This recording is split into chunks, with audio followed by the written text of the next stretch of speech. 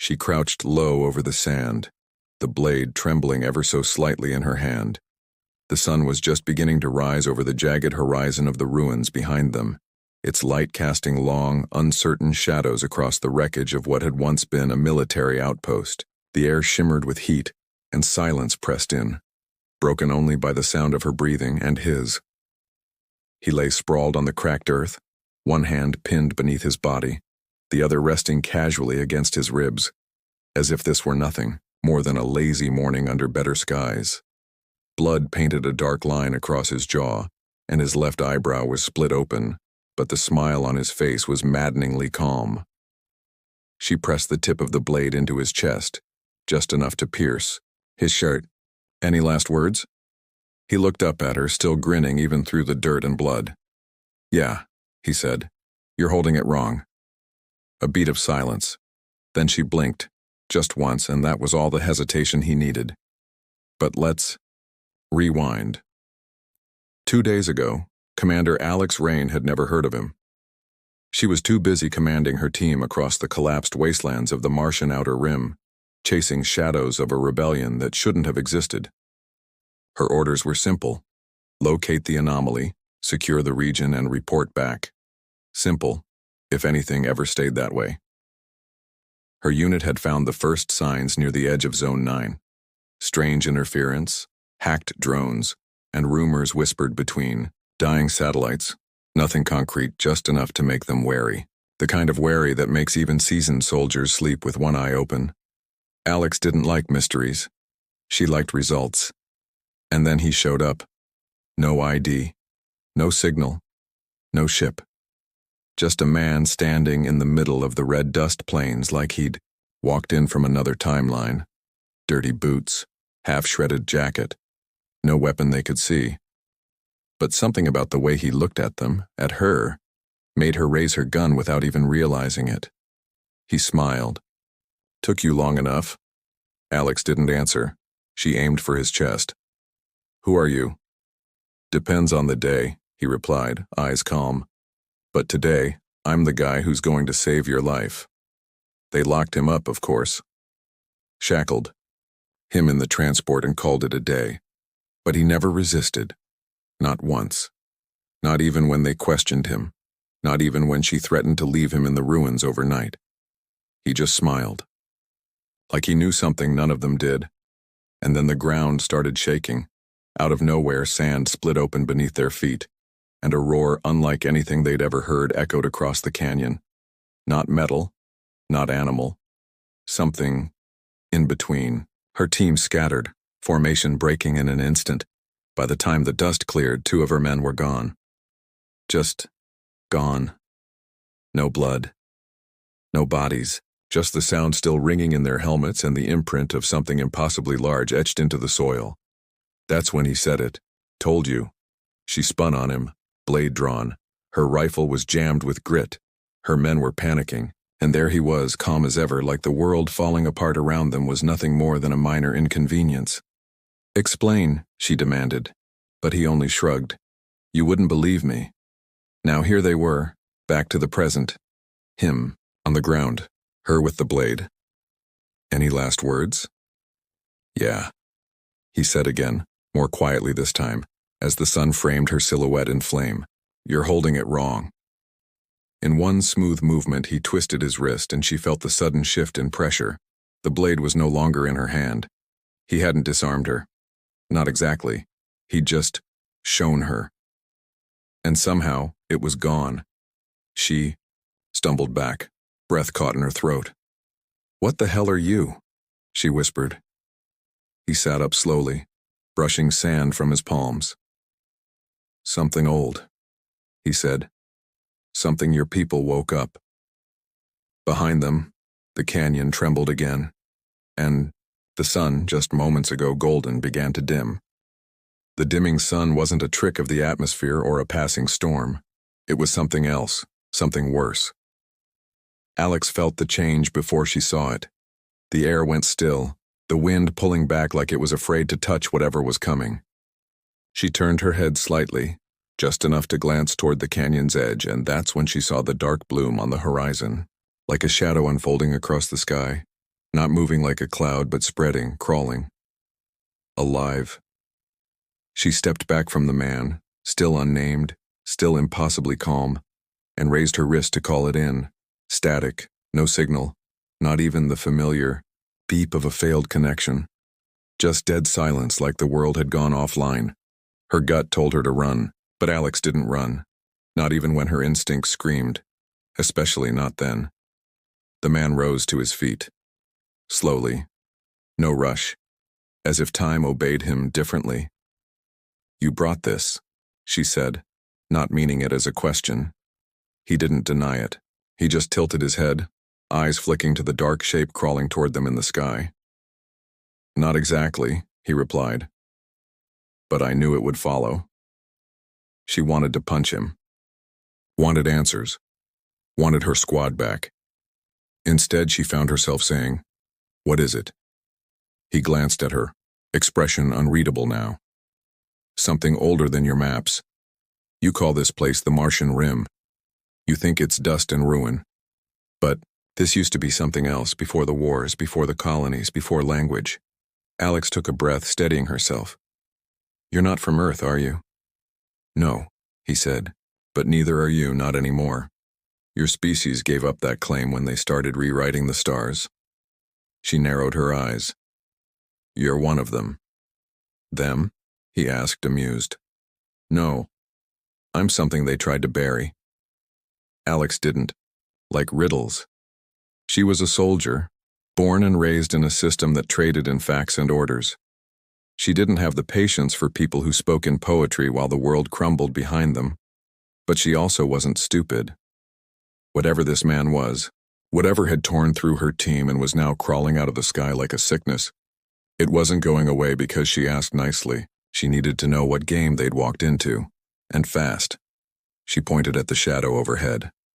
"Tell me what it is." He hesitated. For the first time since she'd met him, there was something like discomfort on his face. Maybe even fear. "We used to call them echoes," he said finally. "Fragments of thought made real. They're not machines, not creatures. They don't eat. They don't think. They just remember what we forgot. And when something remembers long enough, it starts to want things, even if it doesn't know why." "That's not an answer," she snapped. "It's the only one you're ready for." The ground shifted beneath them again, this time more violently. A tremor rippled across the sand, cracking open old paths, long since buried. Debris slid from the nearby ridge, sending clouds of fine dust into the air. It smelled like iron, like memory. Alex reached for her sidearm. She had no idea what good it would do against a shadow from before time, but holding it made her feel more human. Less like prey. "I need to get my team," she said. "If any of them are still alive." "They're not," he said quietly. "You don't know that." He looked at her then, really looked. "I do." Something in his tone made her freeze. He wasn't being cruel. He wasn't trying to hurt her. He was just telling the truth. Alex swallowed hard. "Why are you still alive?" He exhaled slowly, like someone bearing the weight of an answer too big to carry. "Because it wants me to be." The wind started again, sharp and sudden, but it wasn't normal wind.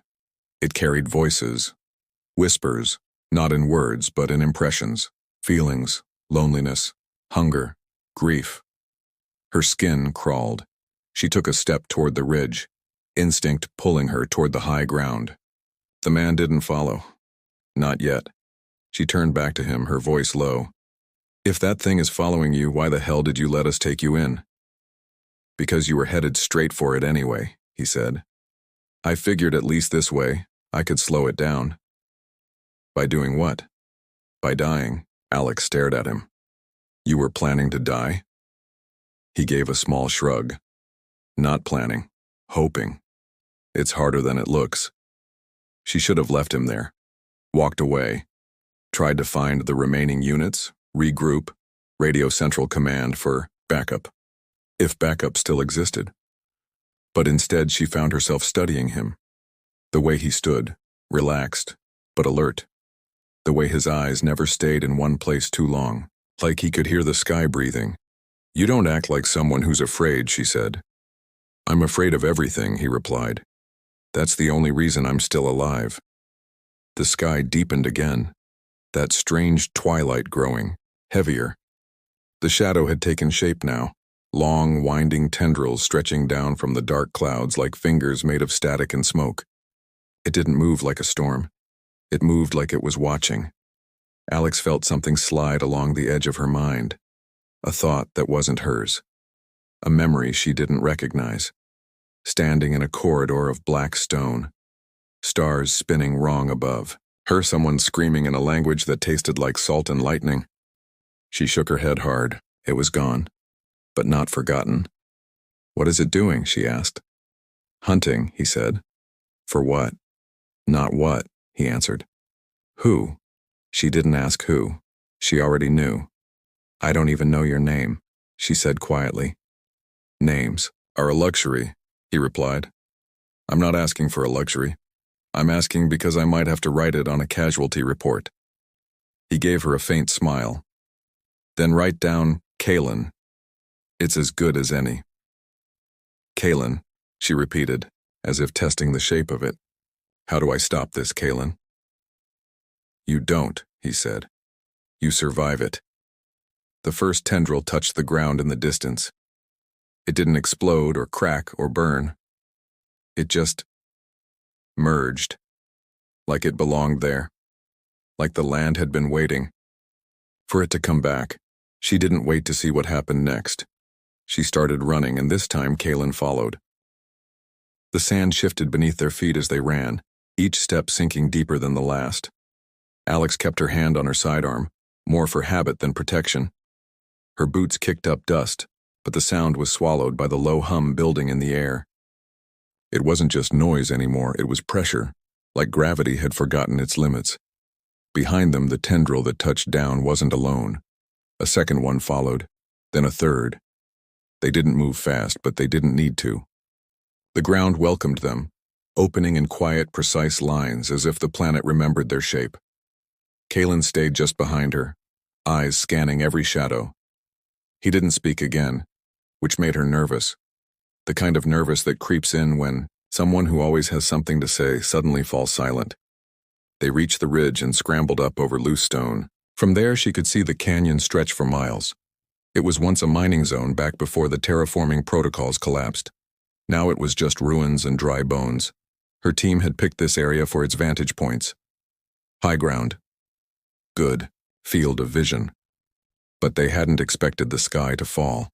Below, where the outpost used to stand, only fragments remained. Twisted beams, a few collapsed walls, all half swallowed by the creeping shadow. She scanned for movement, hoping, foolishly, that someone else might have survived, that Davis or Irie or Chen had made it out, but all she saw was empty dust in the spreading dark. Alex crouched behind a boulder and finally allowed herself to breathe. "What does it want with you?" she asked, not looking at him this time. Kalen stood near the edge, watching the sky. "It doesn't want me," he said. "It wants what's inside me." She turned sharply. "What does that mean?" He didn't answer immediately. Instead, he reached into his coat and pulled out a small metal object, no bigger than a stone. It looked ancient, worn smooth like it had been handled for centuries. Symbols covered its surface, etched deep and glowing faintly with a pale blue light. "This is a key," he said. "To a gate that no one remembers. I stole it before they could use it. Thought I could bury it in the sand, maybe die with it. But that's not how stories like this go." She stared at it, trying to make sense of the designs. "A gate to what?" "Memory," he said. "Or power, depending on who you ask." She didn't like that answer. It was too vague, too mythic. But deep down, she already knew that whatever was happening wasn't going to be solved with logic or weapons. Alone, something older was in motion. "What if we destroy it?" she asked. Kalen looked at her. "You can't destroy a memory. You can only feed it or starve it." The wind screamed suddenly, sharp and loud like a warning, They both ducked instinctively. Alex pressed herself flat to the ridge as a shape passed overhead, something enormous and slow-moving, its outline only visible in how it bent the light around it. A ripple in reality. It hovered above the ruins for a moment, then vanished into the sky like it had never been there. Alex's heart hammered. She swallowed and looked at Kalen. Why now? Why here? He hesitated. Then, reluctantly, he said, because something down here woke it up. Something human. Alex blinked. You mean us? He nodded. Your dig teams, your drills, your satellites poking into places they shouldn't. You triggered the cycle. All I did was survive long enough to see it happen again. Again? I've seen this before, he said, his voice low. On another world. Same signs. Same silence. Same thing rising from the sky when the wrong people asked the wrong questions. Alex looked away.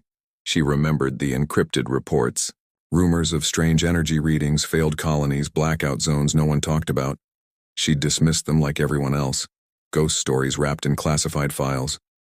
But this wasn't a story. This was happening.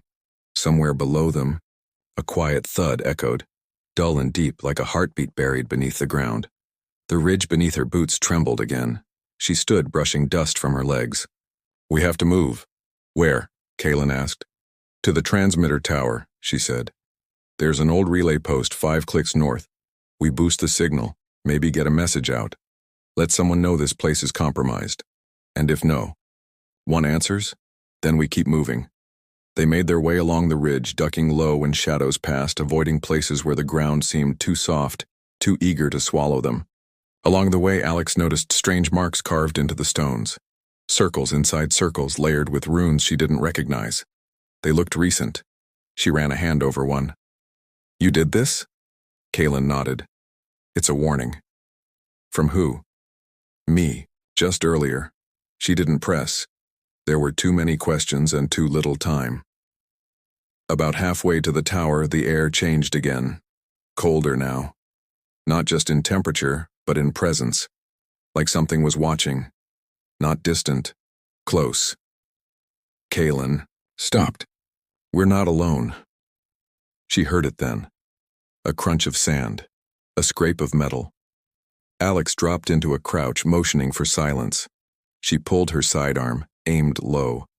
The noise grew louder, coming from behind a ruined transport half buried in the slope. She signaled Kalen to flank, but before he could move, the sound resolved into a voice. Commander, she froze. That voice. She knew it. She stood slowly, gun still raised. Chen? A figure limped out from behind the wreck. It was Chen, or at least, what looked like him. His armor was scorched. One side of his helmet was shattered. Blood streaked his cheek. But his eyes. Alex felt her stomach twist. Commander, he said again, smiling. Too wide, too calm. We were just waiting for you. Kalen stepped beside her. That's not your friend. I know, she whispered. Chen, or the thing wearing his shape, tilted its head. You're carrying something that doesn't belong to you, it said. Alex raised her gun. And you're wearing something that never belonged to you. The thing smiled again, and then its face began to shift. Slowly, like melting wax. She fired. One shot. Not because she thought it would help, but because sometimes fear needs sound. The bullet hit, but the body didn't fall, it just kept smiling. Alex didn't wait for the thing wearing Chen's face to speak again. She grabbed Kalen by the arm and pulled him back, retreating toward the slope as fast as their boots could carry them. Behind them, the not Chen didn't run. It just walked. Slow. Deliberate, like it knew it would catch them eventually. The worst part was the way it kept smiling, even as its skin shimmered, rippling like static caught in flesh. We can't outrun it, Kalen muttered, breath ragged. No, Alex agreed, eyes locked ahead. But we're not trying to outrun it. We're trying to outlast it. The transmitter tower came into view over the next ridge, a skeletal spire against the red sky, surrounded by broken rock and the remains of an old support station. The place looked abandoned, half swallowed by time, but it still stood. Barely. They could only hope the systems buried inside still remembered how to talk to the outside world. They pushed through the doorway, the rusted metal groaning under their weight. Inside, the temperature dropped again. Dust coated every surface. Half the lights flickered uselessly overhead, casting long shadows across old terminals and shattered glass. Alex moved fast, brushing debris from a console and yanking open the power bay. Kalen stood at the doorway watching the desert. "We've got maybe a minute before it catches up." Alex worked quickly, fingers flying over controls. "Then let's make that minute count." The terminal sputtered to life, its interface sluggish and grainy. She keyed in the emergency override, praying the uplink dish still had power. Outside, the wind howled like it was trying to force its way inside. Kalen turned to her. "Even if we get a signal out, there's no guarantee anyone's listening," she kept typing. "We don't need someone to listen. We need someone to notice." The relay blinked. Signal locked. Weak, but stable. Alex opened the broadcast channel. "This is Commander Alex Dreven of Excavation Team Theta 7. Site is compromised. Non-human interference confirmed. Repeat, site is compromised. Unknown hostile presence. Advanced mimicry. Repeat, mimicry. Coordinates attached. Requesting immediate quarantine and extraction protocol. Do not approach. Send orbital scan. Burn if necessary." She sent it. Then again. And again. Outside, the footsteps stopped. Kalen stiffened. "It's here." Alex grabbed the metal key from his coat and turned to face the doorway. The silence dragged. Nothing entered. Then a voice came from the hallway. Calm. Familiar. It was hers. "Alex," the voice said, almost gentle. "Put the weapon down." She froze. Her mouth went dry. "That's not possible." Kalen moved beside her. "It's using your voice now." "No," she whispered. "It's using my memories." The thing stepped into view. It looked exactly like her. Same eyes, same uniform, same hair tied tight behind her head. But it wasn't her. There was something wrong in its posture, something too perfect, too mirrored. And when it smiled, it was that same hollow grin she'd seen on Chen's face. "You don't understand what you're protecting," it said. "The key belongs to us. To what came before." Kalen stepped forward, holding the artifact tightly. "It doesn't belong to anyone anymore." The mimic tilted its head. "You think this is about ownership? About power? No. It's about memory. It's about returning to the shape the universe forgot." Alex kept her aim steady. "Then why mimic us? Why wear our faces?" "Because we remember you," the thing said softly, "even when you forgot us." Alex fired again. This time the bullet hit center mass, but the body didn't fall. It simply absorbed the impact like mist condensing around glass. The mimic's face twitched, and something beneath the skin rippled violently as if barely held together. The tower groaned above them. The power systems, long neglected, sparked with failing energy. Something was destabilizing the structure. Probably the broadcast, or maybe the presence of the mimic itself. "We need to end this," Kalen said. Alex nodded. "You said the key opens a gate. Can it close one?" Kalen's jaw clenched. "I don't know, but we can try," the mimic hissed. "You'll doom everything." Alex moved fast, grabbing Kalen's wrist and pulling him toward the tower's central core. The override hatch was buried under old cables but still intact. She shoved the key into the slot, twisting until it clicked. The lights flickered again, this time surging. A low tone began to pulse from the base of the tower, deep, rhythmic, like the heartbeat of a machine. Behind them, the mimic screamed. It dropped the illusion of her face, skin peeling away like smoke and wind. Beneath it was something featureless, something pale and flickering between forms. 1,000 eyes, 1,000 mouths, all remembering, all repeating. Kalen stepped in front of her. "Go," he said. I'll hold it back. No. Alex said sharply. Not this time. You run, I finish this. The tower shuddered. The ground split just outside the door. The black tendrils were returning, reaching for the base, wrapping around it like fingers curling into a fist. Kaylin hesitated, torn between duty and fear. But Alex didn't wait. She turned to the console and began the activation sequence. The mimic was inside now, its body flickering in and out of form like a glitch in reality. It shrieked again, not in pain but in defiance. This world remembers, it howled, and it wants us back. Alex reached the final command and hesitated. The console showed a warning. Initiating gate lockdown will sever dimensional channel. Unknown consequences. She looked at Kaylin. Ready?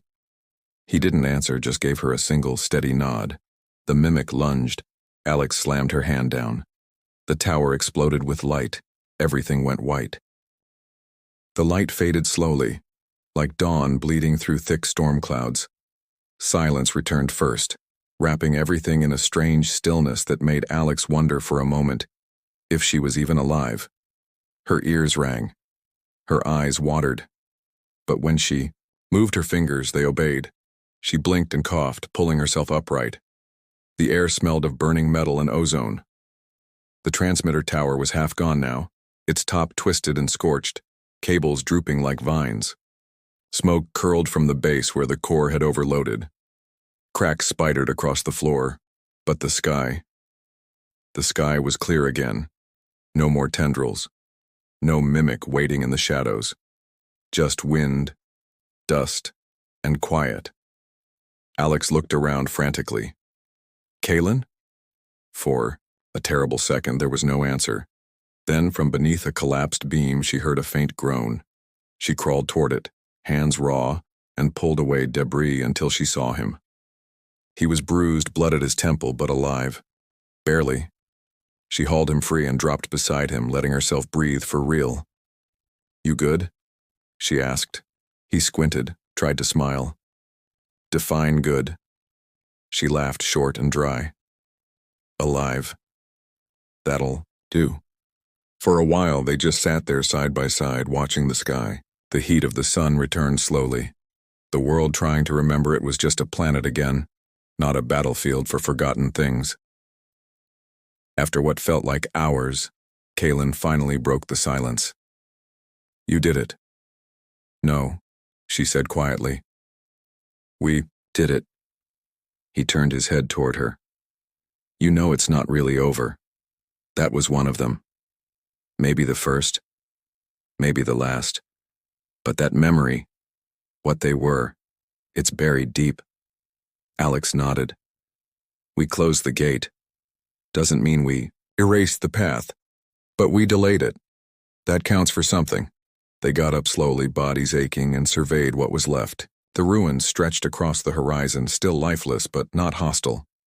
The mimic's mark, the sigils, the residue of its passage was gone, like it had never been.